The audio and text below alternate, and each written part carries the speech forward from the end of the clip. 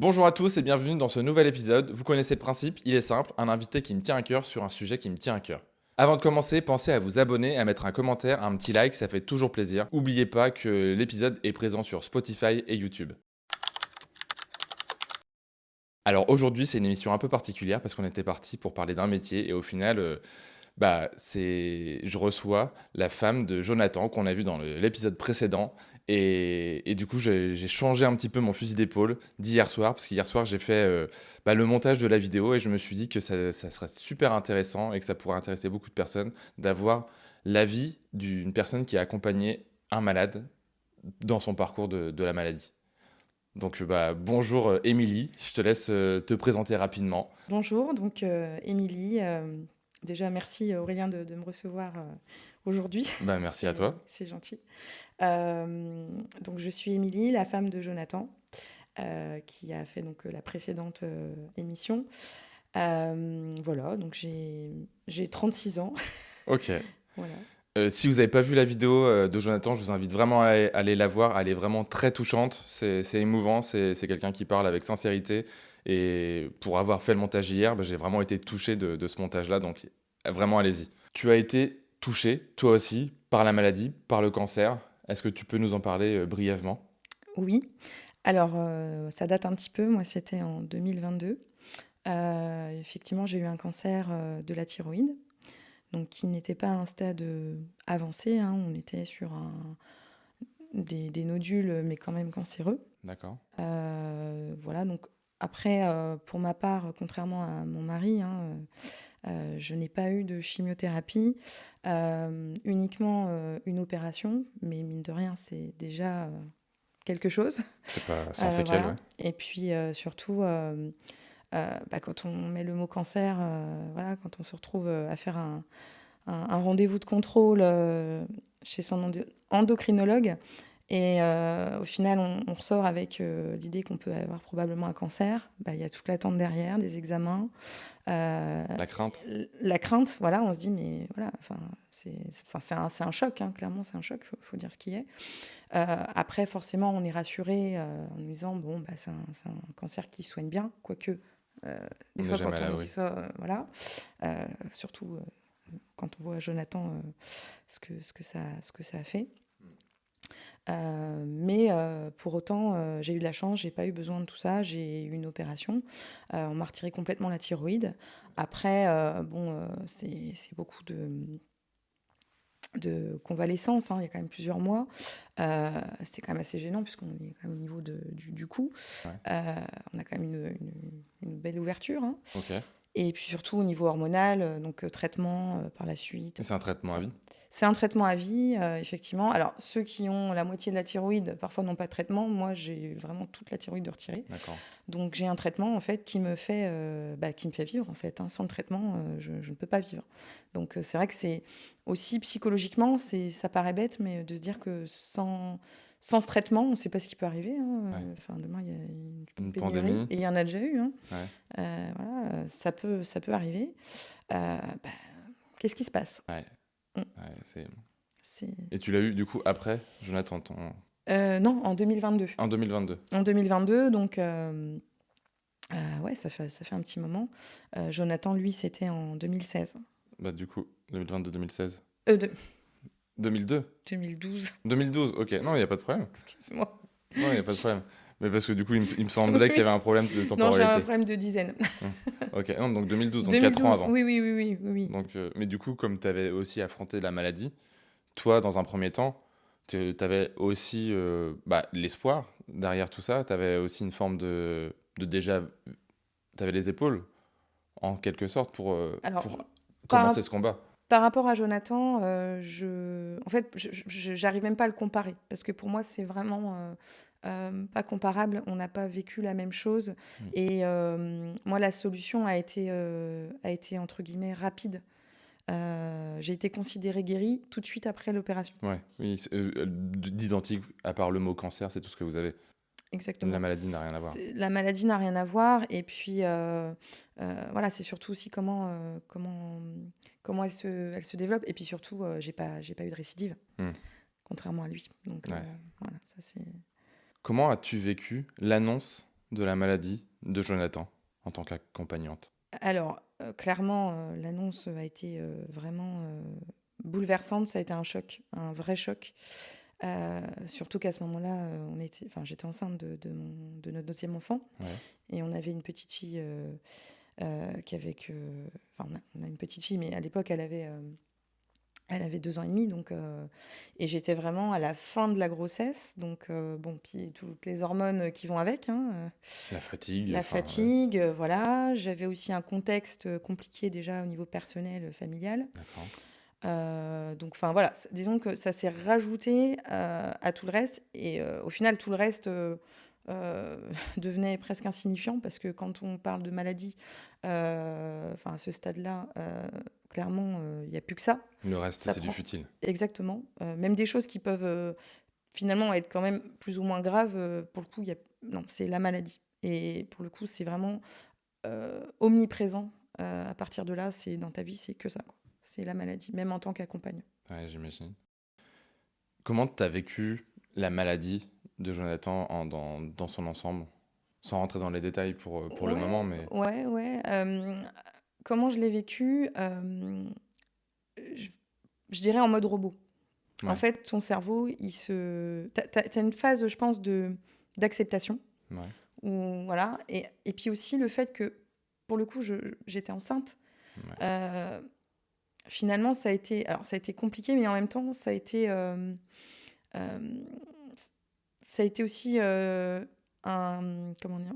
Une encre, enfin, de quoi se raccrocher ouais. aussi, moi de mon côté, parce que, je devais m'occuper, de ma fille et aussi, le petit est arrivé vraiment, très peu Ouais. de temps après. Oui, tu On étais a enceinte, quoi, c'est Ouais et on a d'ailleurs déclenché l'accouchement pour que, que Jonathan puisse assister à ouais. l'accouchement.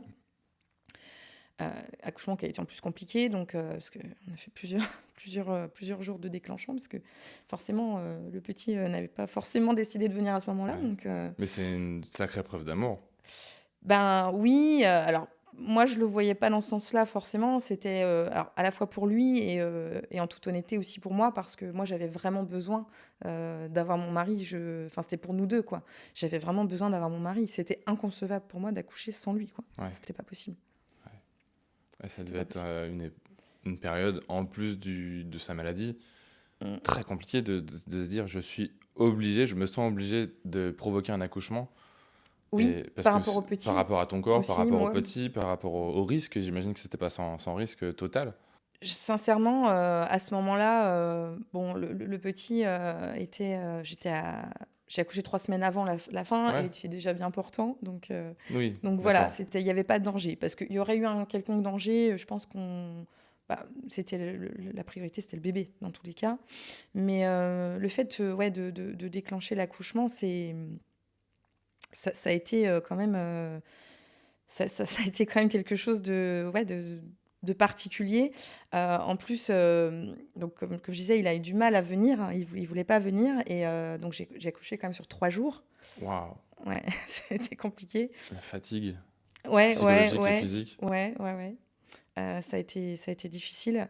Mais Jonathan était là et d'ailleurs, on a un peu flippé parce qu'il rentrait en chimio, 2 jours après ou le lendemain. Donc en fait, c'était Waouh, vraiment, un peu la course contre la montre. Enfin, il fallait absolument que j'accouche, voilà. J'ai accouché un mercredi, je crois qu'il rentrait, ouais, le jeudi ou le vendredi, il rentrait en chimio, quoi. waouh.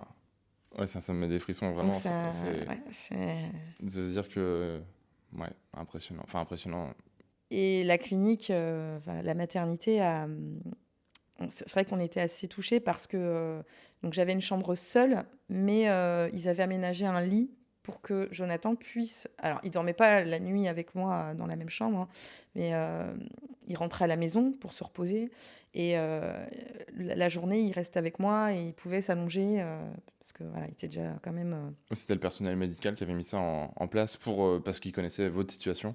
oui, voilà, ils avaient accordé, ce «privilège» entre guillemets qui normalement n'est pas du tout, Ouais, mais c'était un beau geste ouais, et Jonathan en parle dans sa vidéo aussi, que tu d'accord. pas vu d'ailleurs pour Je le n'ai pas moment. vu.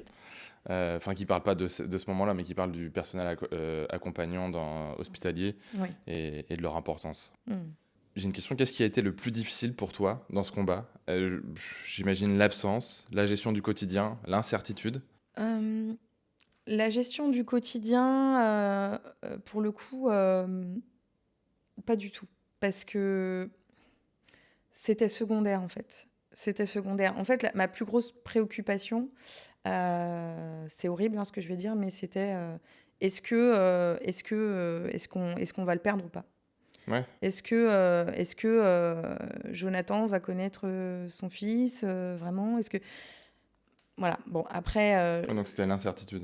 ouais, sachant que bon, je vais pas forcément développer tout ça parce que pour le coup, je sais que Jonathan n'a pas trop abordé le sujet, mais euh, il y a un schéma aussi répétitif familial. Donc moi, forcément, je me projetais Ouais. sur ce schéma existant et je me disais, est-ce que je vais pas vivre la même chose? Ouais. T'avais peur que ça se reproduise et de Ouais, et vivre. de perdre mon mari, en fait, hein, vraiment, cette peur-là. Après, bon, on a été rassurés parce que, comme il explique certainement dans sa vidéo, c'est un cancer à la base qui soigne bien, Ouais, qui est bénin sur le papier. à la base, mais voilà, il était déjà quand même bien avancé et surtout, il avait une forme rare. Et ça, on l'a su après. Donc, au début, on se disait, bon, alors, je vais pas redévelopper, je pense, tout ce qu'il a développé, mais comme lui, au début, ils ont quand même mis du temps à poser un diagnostic. Ils ne savaient pas trop ce que c'était exactement au début. Et alors là, ça, c'était horrible, c'était l'attente. Vraiment, je crois que ça, c'est un des trucs, pour répondre vraiment à ta question, pour revenir à ça, l'attente. L'attente. Le fait de ne pas savoir, d'être dans l'incertitude et l'attente, mais de tout. L'attente du prochain L'inconnu. examen, l'attente aussi bah, de le revoir, parce que quand il partait en chimio, il partait plusieurs jours. Et c'était pas sur 3. C'était pas sur 3 au début, donc c'était sur Reims. Et puis il y a eu les récidives. Ouais. Ça, enfin, c'est ça le truc, c'est que tu te dis à un moment donné, t'en finis pas, quoi. Ouais. T'en finis pas, ça recommence et ça recommence. Et du coup, la peur grandit, surtout sur la dernière étape où il est parti en bulle, quoi. Et comment tu faisais pour garder, faire bonne figure face à lui? Parce que du coup, tu me dis que tu avais la crainte qu'il puisse s'en aller. Et j'imagine que tu essayais de pas lui communiquer. Euh, Enfin, j'imagine, je sais pas. c'est difficile à répondre parce que, en fait, je te dis, j'étais en mode robot. Ouais. Et en fait, ce que j'ai vécu, maintenant avec le recul, même moi, je me dis comment j'ai fait. En fait, je pense que le cerveau se conditionne à ce moment-là et tu es dans un autre monde. T'es dans un autre monde. Tout le monde m'a dit autour de moi, mais bravo, mais comment tu fais, c'est bien. En fait, moi, j'avais l'impression finalement de ne pas être à la hauteur. Ok. J'avais pas l'impression d'être à la hauteur. Mais c'est avec le recul, je me dis, bah ouais, j'ai réussi à traverser ça en fait. Parce que c'était quoi pour toi être à la hauteur? Bah, être à la hauteur, c'est un peu ce que tu dis justement, essayer de tenir bon bah, pour lui, pour les enfants, de pouvoir bah, assurer le quotidien, ça c'est une chose, mais de pas trop craquer. Alors, pour le coup, hein, ça a été quand même le cas. Hein, première, parce qu'il y a eu donc deux récidives, hein, il y a eu trois cancers. Euh, la première et la deuxième, on va dire que je tenais à peu près le coup. Par contre, la troisième, vu que là, bon, le pronostic était vraiment très très mauvais, on savait qu'on allait sur quelque chose de très très compliqué et que c'était la dernière chance, quoi. Donc là, pour le coup, bah, là, l'angoisse, enfin, elle est multipliée par 1000. C'est intéressant pour les personnes qui vont regarder les 2 épisodes. Il y a 2 regards, parce que toi, tu as l'air plus inquiète que Jonathan quand il en parle, du moins. Jonathan, il parle avec plus de recul, bah, comme s'il a fait des étapes, il a avancé étape par étape. Toi, tu avais plus conscience de la gravité de ce qui pouvait arriver. Et Je lui, il était un peu pense. dans un déni de se dire, je veux pas voir le pire. Je pense, alors je pense que c'est parce que justement j'étais extérieure et que c'était pas moi. Je pense que pareil, au même titre que l'accompagnant, bah, le malade, il y a une protection qui se fait au niveau du cerveau. Enfin, je sais Mhm. pas, il y a quelque chose parce qu'effectivement, quand on en a reparlé, forcément on en a reparlé plein de fois Oui. après tout ça, même des années après. Comment expliquer il, il m'a dit une fois, je me suis jamais dit à aucun moment que je pouvais mourir. Et en fait, il est vraiment resté. Alors, je ne sais pas s'il l'a dit, peut-être est-ce que c'était vraiment sincère, j'en sais rien. Mais en tout cas, lui m'a dit ça. Hmm. Alors que moi, en toute honnêteté, ça me te hantait. ça me hantait. Ouais. Ça me hantait. Je me suis dit, mais Pour plusieurs raisons. je vais me Perdre, retrouver toute seule avec ouais. 2 enfants. Ouais, perdre l'amour de ta vie, Et de mon ton mari, mari. bien évidemment. Ouais. Et non, bien sûr. Et puis aussi te retrouver seule avec 2 enfants dans cette situation. Enfin, C'est ça, c'est ça. Et en plus, bon, on est un couple très soudé. Enfin, je veux dire, moi, on s'est connus, j'avais 17 ans. Voilà, ça fait 19 ans qu'on est ensemble. Voilà, c'était inconcevable. Inconcevable. Ouais. Donc, mais malgré tout, voilà, dit comme ça, voilà, mais j'essayais de rester forte et effectivement de pas non plus lui transmettre mes peurs parce que pour le coup c'est contagieux quand tu parles là-dessus.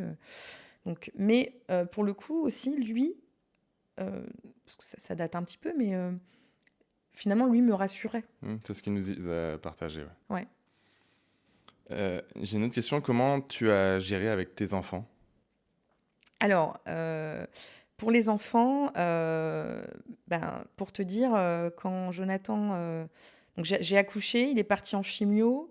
Je suis partie avec. Alors, ma fille était gardée par quelqu'un de ma famille et mon fils est parti avec moi en voiture. Il avait même pas une semaine dans le centre de cancérologie de Reims. Et alors, c'était l'attraction du centre parce que il y a jamais de petit bébé. Ah ouais. Donc, c'était le petit rayon de soleil à ce moment-là et c'était aussi le rayon de soleil de Jonathan. Je pense qu'il avait j'imagine, besoin de ça. Et je voulais absolument qu'il puisse le voir tout de suite après. Et de ne pas couper le contact, bien C'est sûr. ça, enfin, voilà, il fallait qu'il puisse. Alors ça, c'était un peu mon rôle quelque part. Mon rôle, c'était pour moi de pouvoir donner un peu plus de normalité Ouais. dans ce qui n'était, enfin ce qui était pas. Rendre son quotidien normal, ouais. Ouais. Ok. Qu'est-ce qui t'a fait tenir? Ce qui m'a fait tenir, c'est mes enfants et lui, en fait, l'amour qu'on a les uns pour les autres, tout simplement. C'est beau. Quel conseil donnerais-tu à une personne qui accompagne une autre personne dans la maladie? C'est une très bonne question, parce que des conseils, je pense qu'il y en a plein à donner. Quel conseil aurais-tu voulu avoir, toi? Il faut vraiment être à l'écoute du malade, mais ne pas trop le considérer comme un malade. C'est important parce que... Ne pas l'infantiliser? Ouais, surtout pas. Surtout, je pense à un homme. Ouais. J'imagine. Et rester positif. De toute façon, moi, je pense comme ça en général dans la vie, mais et c'est la positivité, je pense, qui vraiment aide, et c'est vraiment le plus dans la maladie. C'est ce qui peut, pour moi, amplifier tous les médicaments, etc. L'acceptation des médicaments sur son corps, etc. Exactement. Être positif et voir le positif, Ouais, voir le verre à moitié plein. Ouais. Et du coup, ça passe aussi par l'accompagnant. Si l'accompagnant est sans arrêt négatif, il risque d'entraîner avec lui le malade. Donc, je pense que c'est vraiment ça, d'être dans le soutien, d'être présent et puis de faciliter son quotidien. Ouais. Voilà. Mais surtout la positivité. S'il y avait vraiment un conseil, c'est la positivité. Très bien.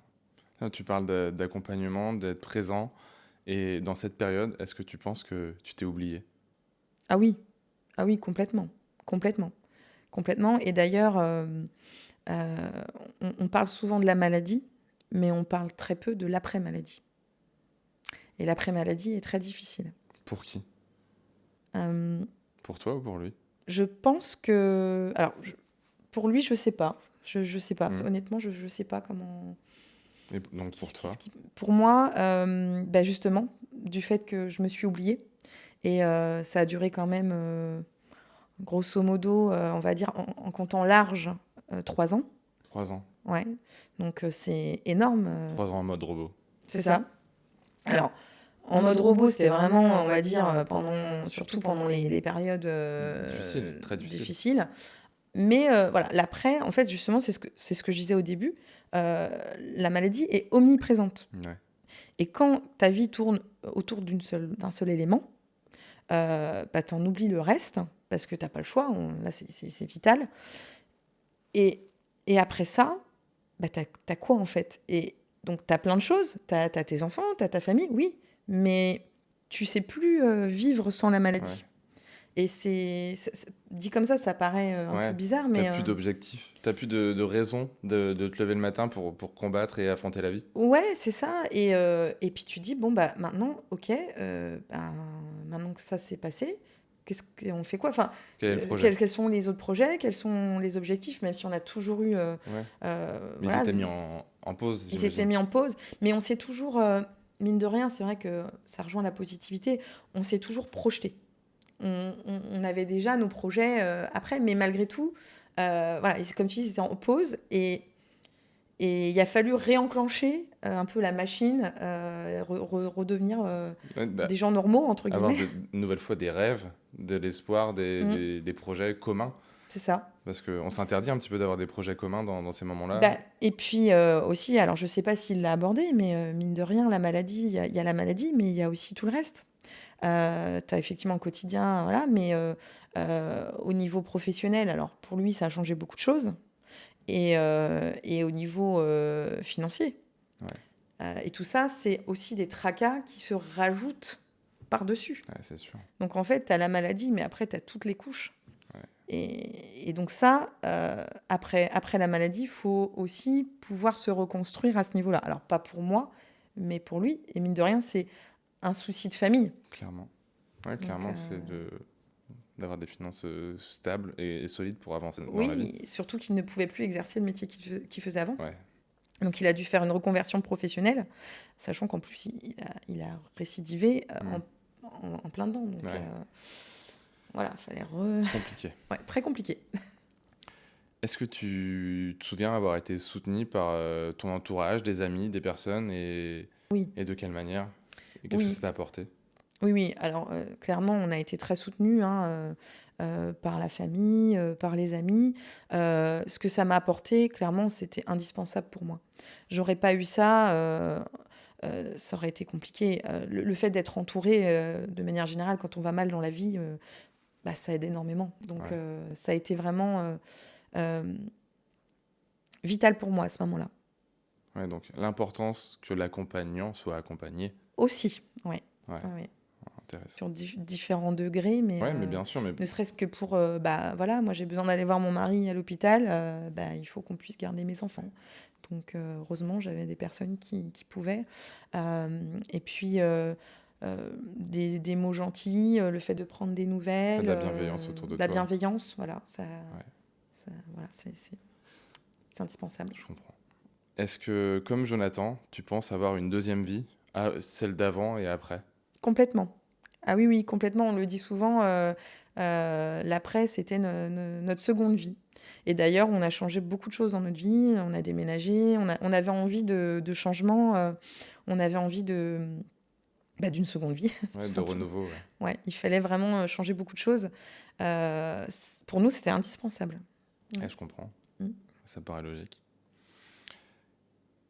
Une question, quels sont tes souvenirs les plus marquants, positivement et négativement? Qu'est-ce qui a été le plus dur à affronter et qu'est-ce qui a été le plus beau dans ce combat? Parce qu'il y a malgré tout, j'imagine, des choses belles. Alors, je vais commencer par le plus difficile. Comme ça, on finit sur du positif. Très bien.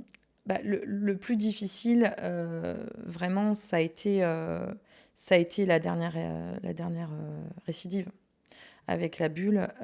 La deuxième bulle. Ouais.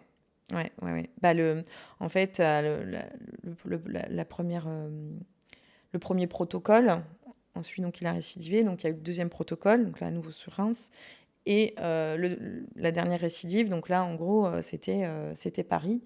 Et à Reims, il ne pouvait plus rien faire. Et par chance, il était éligible au protocole essai clinique. Sauf que là, on partait sur déjà des traitements bah, c'est les traitements les plus lourds au monde, hein. Je sais pas s'il l'a précisé, mais c'est quand Non, même le 36e patient au monde à avoir eu ce traitement-là. il n'a pas précisé. Ouais, ça m'étonne pas. Mais enfin voilà, il a été courageux et vraiment. Et il a dit qu'il n'aimait pas qu'on dise qu'il était courageux. Ouais, mais je sais, mais c'est le cas parce Ouais. que beaucoup auraient abandonné et, et il s'est accroché. Après, voilà, on n'a pas tous bah, l'entourage, on n'a pas Mhm. tous le même mental, la positivité. Je pense que lui, c'est ça qui l'a vraiment sauvé. Et, et voilà, et du coup, je m'écarte du sujet, mais Non, c'est très bien. C'est très intéressant. euh, ce qui a été plus dur, donc c'est ça, c'est la bulle, parce que à ce moment-là, bah forcément, comme je le disais tout à l'heure, la crainte de perdre la personne que t'aimes, le papa de tes enfants. Et, et puis là, à ce niveau-là, il était méconnaissable, hein, Ouais. même si, en tant qu'accompagnant, quand tu vis vraiment avec la personne, tu la vois se dégrader, mais tous les jours. Donc, si tu Ouais. veux, tu fais moins attention que Oui, alors, on se rend d'autres pas compte. personnes qui le voyaient beaucoup moins fréquemment. Oui, Euh, il y a la fréquence d'évolution que tu te rends pas voilà, compte c'est comme quand. quand tu grossis, Ouais. tu vois pas ta femme ou ton mari grossir. Ouais. Voilà, ça Ah, se tu fait prends pas 10 kilos en une journée, C'est quoi. ça, voilà.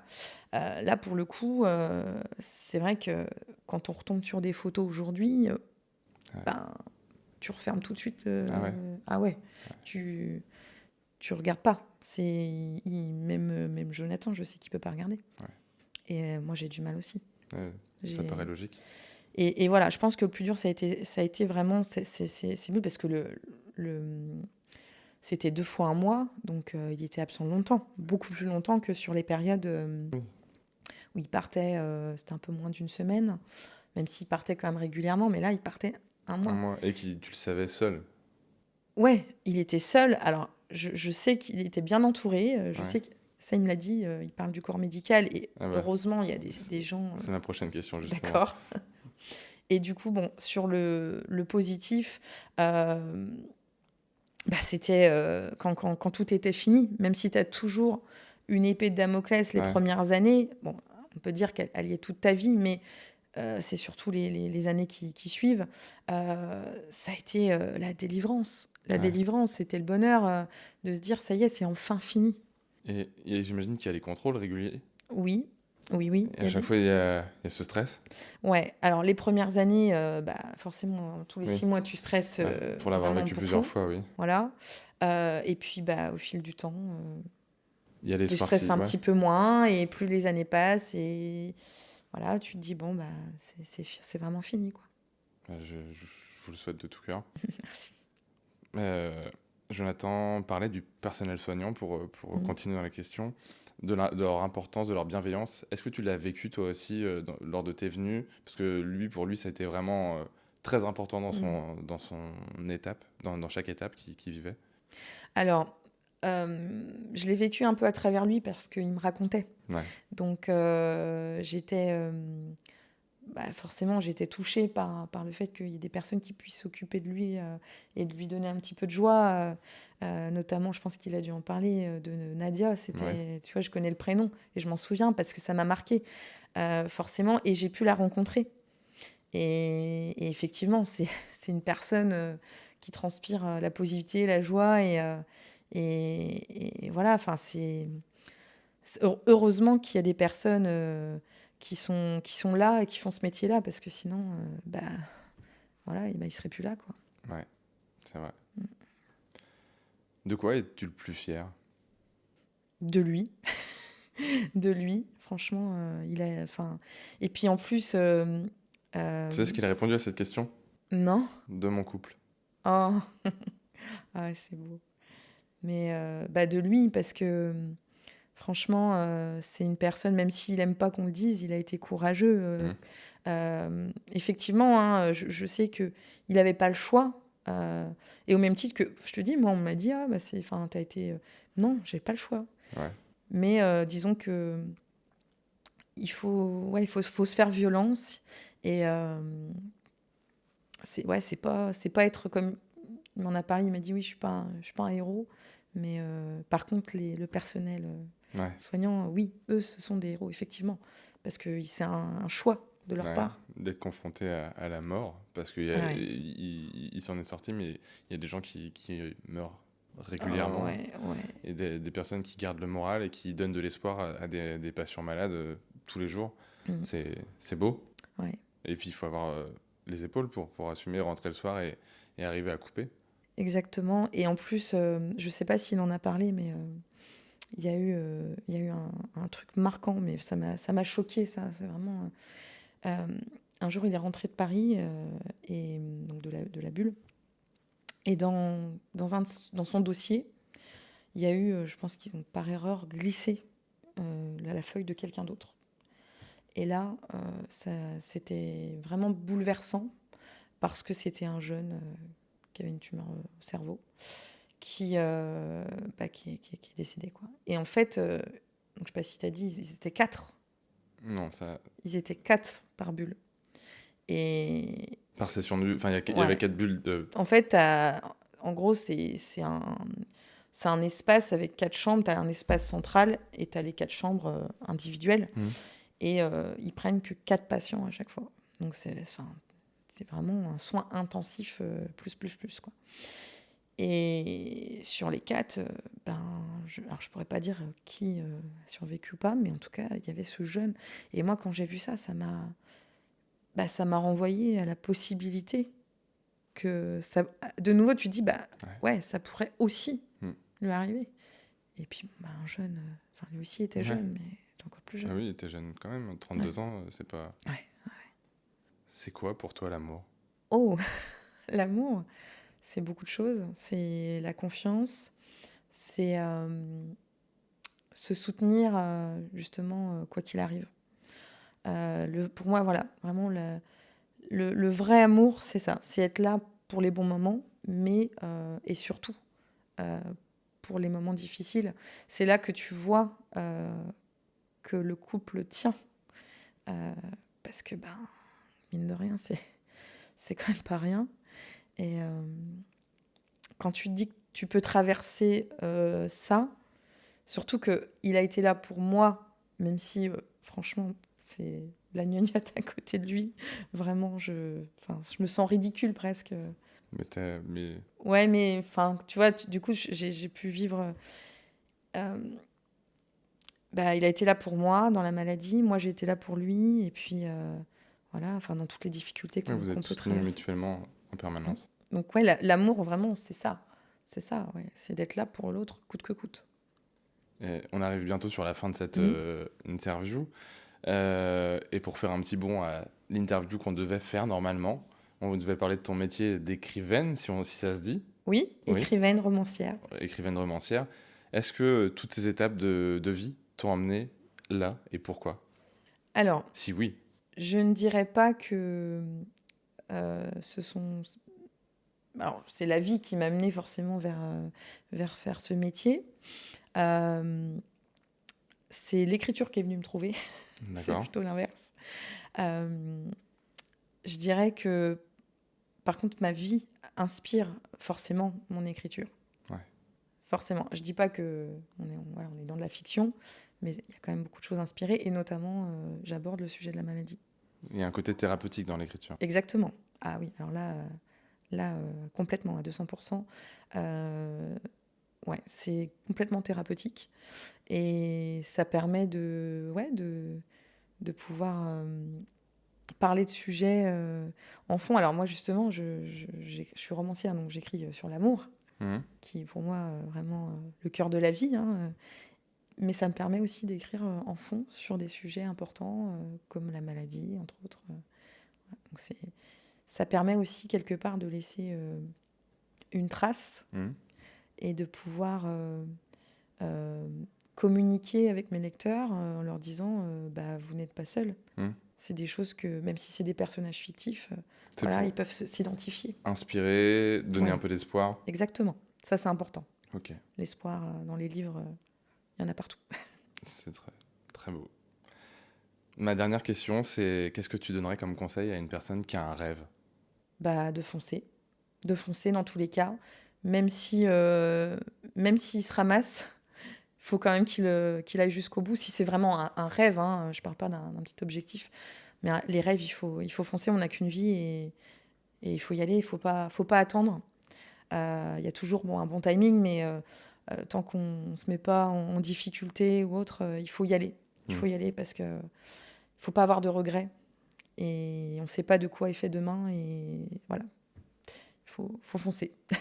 Très bien, très bien. Est-ce que tu as des choses à rajouter? Bah non, à part merci de me laisser la parole. Bah, merci à toi pour ce témoignage, ce changement de dernière minute, parce que tu es venu aujourd'hui pour qu'on parle d'un sujet, on parle d'un autre sujet totalement. Il n'y a pas de souci. Et ça me tenait à cœur qu'on en parle, parce que du coup, c'est vrai que les accompagnants sont pas forcément assez mis au grand jour. Et je trouve que c'est important d'en parler, de leur dire merci aussi, parce que c'est grâce Oui. à eux que les malades aussi vont mieux, souvent. Donc, c'est un vrai message. Ça contribue effectivement. Et puis, mine de rien, il faut aussi qu'ils puissent avoir aussi un message Mmh. d'espoir parce que ça conditionne aussi le, la guérison Ouais, du malade. le Voilà. traitement, Ouais. ouais, C'est un ensemble. Mmh. C'est un ensemble, mais c'est très important. Ouais, c'est important, c'est Ouais. important d'en parler et de remercier toutes les personnes qui aident tous les jours. Ouais. Bon, on va finir là-dessus, c'est très bien. Merci. Merci à toi, encore une fois. Je vous dis merci à tous et n'hésitez pas à commenter cette vidéo. Je vous dis à très bientôt dans un prochain épisode. Au revoir.